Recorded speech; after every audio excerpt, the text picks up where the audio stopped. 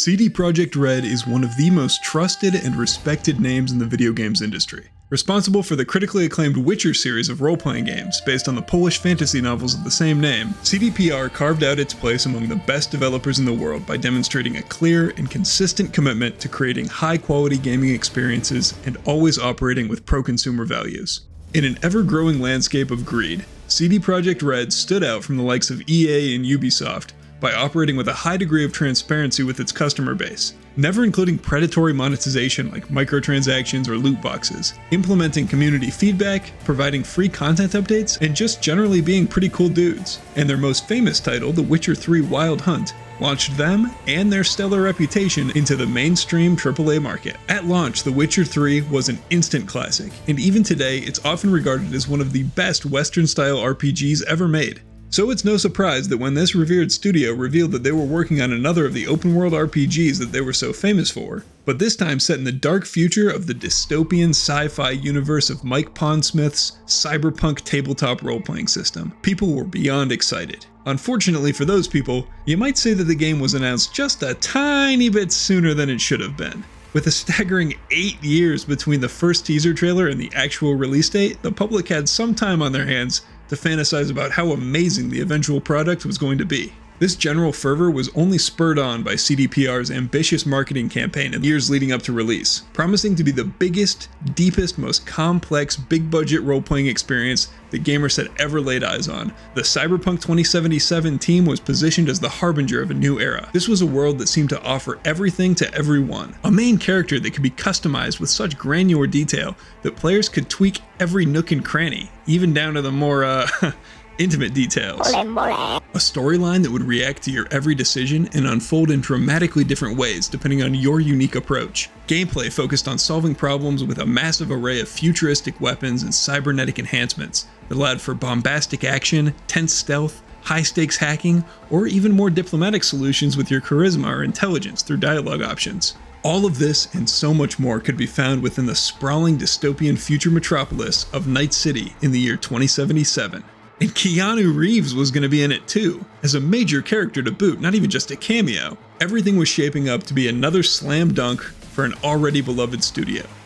Then came word of a delay, then another, and a few more, and before we knew it, the game was launching years later than anticipated, and word began to spread of the dreaded crunch culture rearing its ugly head as executives, maybe greedy, maybe just desperate, probably both, did everything they could to force the game into releasing as soon as possible. The fans were complaining and the studio was burning money trying to get this thing finished in time for an ever-furthering goalpost. Until finally, on December 10th, 2020, Cyberpunk 2077 was finally released to the public. And ooh boy, maybe we should have just let them cook a little longer because yikes. Unfinished wasn't the half of it. The console versions of the game were damn near unplayable. Base model PS4s and Xbox Ones were hit the hardest, but even the mid-gen refresh models struggled to churn out any kind of passable frame rates, not to mention frequent crashes, game-breaking bugs, busted quest lines, glitchy visuals, horrendous texture pop-in, long loading times, a broken in-game economy, and tons of dildos everywhere for some reason. And if you thought the PC version was safe, well, tough luck, buddy. Unless you were rocking the highest of high-end cutting-edge hardware, then you were probably encountering a lot of the same issues as the console crowd. And that's just the technical side of things. The launch version of Cyberpunk was also missing a plethora of features and gameplay options shown off in the trailers. Things like wall climbing with mantis blades, a functional metro system, a functioning police response AI, major differences between origin paths and your dialogue options leading to wildly different story outcomes, and much more all seem to be missing or significantly pared down in the final product. Even basic RPG elements like the skill tree or cyberware implant options were derided as feeling flat and uninspired. All told, the game was a major disappointment, and CD Projekt RED had become kind of a laughingstock in the industry, an exemplar of everything wrong with modern game development. Sony even pulled the game from the PlayStation Store in response to fan backlash at the abysmal PS4 performance. It seems, in stark contrast to their unofficial motto, they had overpromised and underdelivered. And it was right here that in some other timeline, Cyberpunk 2077 died. An embarrassing flop, critically at least it sold pretty well, for everyone involved. But despite all the jank, all the missing features and lacking performance, despite being by all accounts an absolute broken mess, there was still something special about Cyberpunk. Deep in the core of its foundations, the heart was still beating. And maybe we couldn't hear it at the time, but someone could. The story, while lacking a lot of the player choice we had been promised, was still a rich, emotional, and compelling dive into a darkly beautiful and well thought out world. When most people think of Cyberpunk 2077, that atrocious launch is usually at the top of mind. But when I think of it, even back then, I'm reminded of Pan Am, of Johnny, Takamura, Judy, River, Victor, Carrie, V. This was a cast of characters I fell in love with, all of them brought to life with the signature immaculate writing found in the Witcher series. I may not have been able to have a massive influence on the story as a whole, outside of a major choice right at the end of course, but that story was still a resonant and thrilling affair in its own right. The tale of a mercenary desperately clinging to life in their own identity in the face of inevitable decay within their own mind, and forging new connections and friendships to rage against the mega corporate machine that runs the world in spite of the apparent futility of it all, was compelling in every way, bolstered by rock-solid dialogue writing, but also fantastic voice work, with a standout performance from Keanu Reeves as the digital ghost of a long-dead rock star turned terrorist, slowly taking over your mind and pestering you at every turn, but also potentially becoming your closest friend and ally if you play your cards right. And what a world it is! Much like this year's incredible Baldur's Gate 3 had an enormous well of lore and world building to pull from by virtue of being set in the Dungeons & Dragons universe, Cyberpunk 2077 is similarly entrenched in the rich and established world of a tabletop RPG, which, in addition to the hard work CDPR put into advancing that setting, creates a vibrant tapestry of interesting factions, unique characters, and captivating backstory. Visually too, Night City is pure eye candy.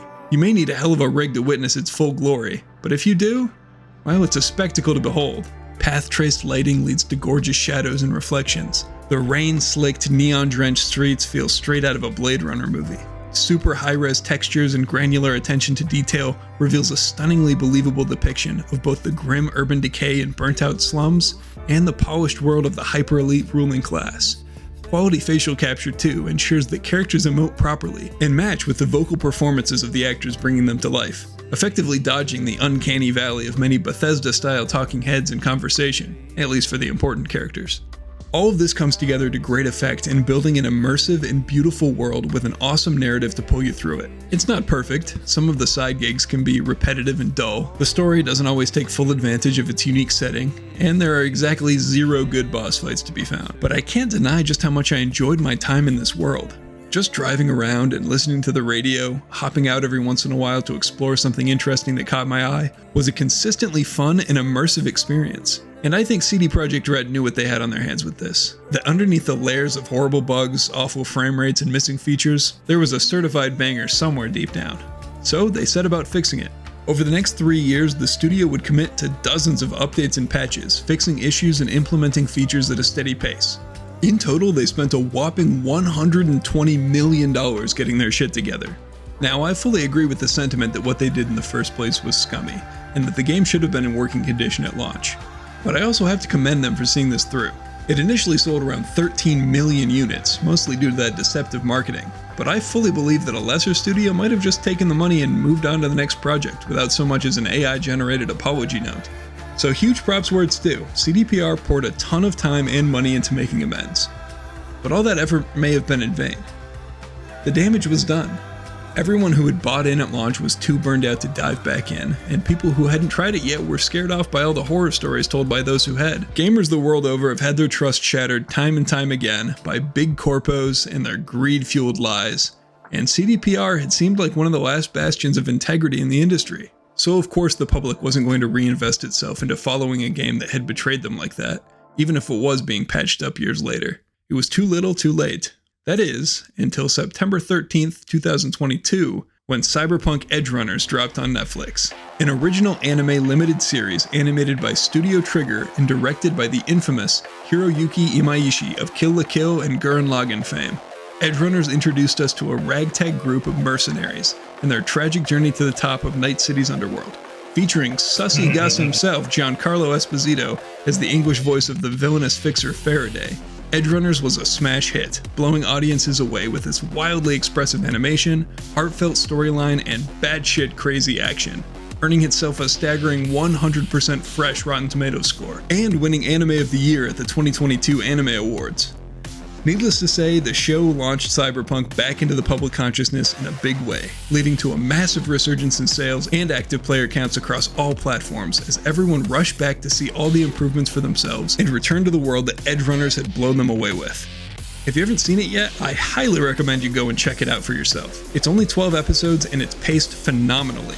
You'll probably blast through it in 1 or 2 sittings once you get started. The English dub and the original Japanese voice acting are both great as well. You really can't go wrong.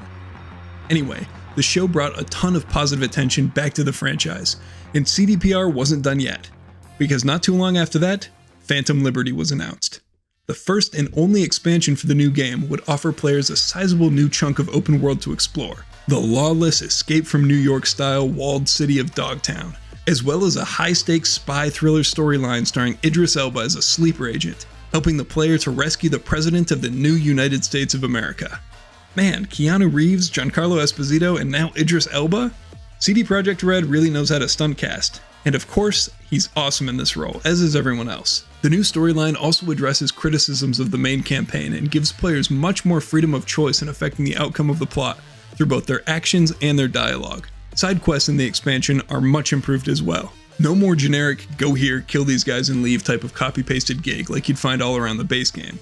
Here, each and every side quest and fixer gig is an interesting, handcrafted side story that usually asks you to make some tough decisions to get through it. They also added a ton of fun new vehicles and weapons, and a new ending for the base game that can be accessed by finishing Phantom Liberty in a certain way.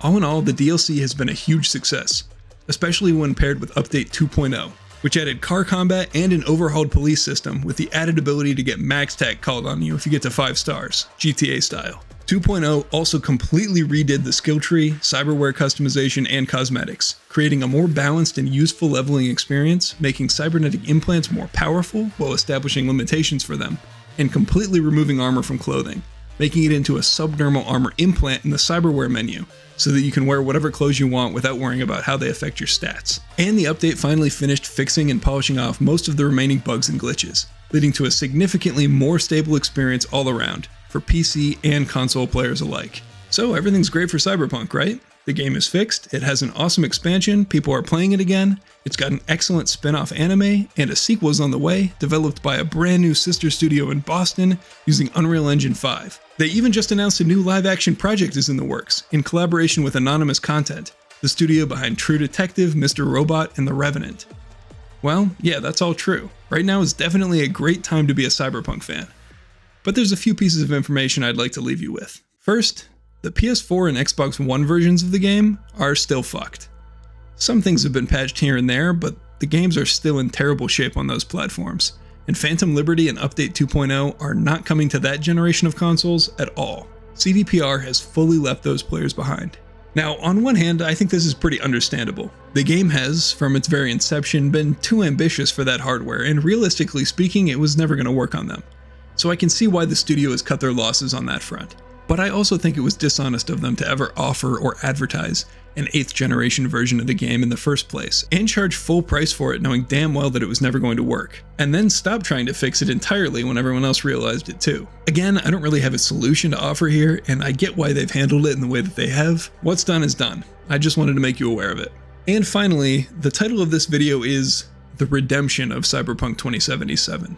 And the word redemption implies forgiveness, making up for mistakes, righting wrongs, atonement. I think it's fair to say that CD Projekt RED has put in a lot of work to atone for their mistakes, but it's up to us to decide if they succeeded.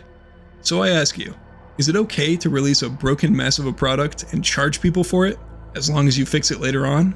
Can false advertising be permitted if those lies are made true in the future? Is forcing employees to work double overtime to crunch through an arbitrary deadline made up for by the fact that the studio eased up, apologized, and eventually, years later, brought it all together to deliver an awesome video game? And what if something like this happens again? We, as consumers, read this lesson as, put in the time, make things right, and you'll earn our forgiveness. But who's to say some corpo executive suit out there doesn't read it as, make false promises, release broken games, and mistreat your employees. You'll get away with it as long as you fix it one day. Hell, maybe you even make your money and bail. The next guy can fix it down the line. Truly, I don't know how the industry as a whole will react, or already has reacted to this redemption arc. But I do know that how we, as the fans, react right now will inform the future. It's a future that I'm excited about, one where I'm hopeful that Cyberpunk lives on and the next game is fantastic, one where publishers and developers alike are able to take something positive from all this, that people want good games that work, but also one where mistakes can be forgiven too, if they happen. But you never know, man. You gotta watch those megacorps. Thanks for watching, like and subscribe, and I'll see you next time on Big and Stuff.